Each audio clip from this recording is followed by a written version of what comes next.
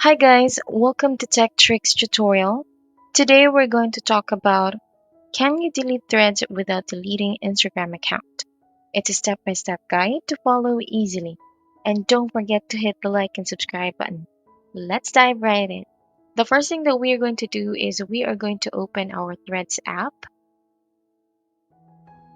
and we are just going to click on our profile at the bottom right corner of our interface. And at the upper right hand corner, we are going to click on the menu and we are going to click on account. So as you can see here, you have two options. You can take a break or you can deactivate your profile.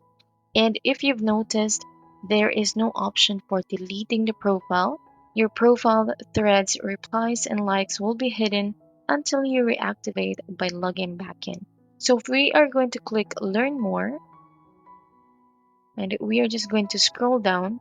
So here we are reminded that Threads is powered by Instagram. So they are basically linked with each other.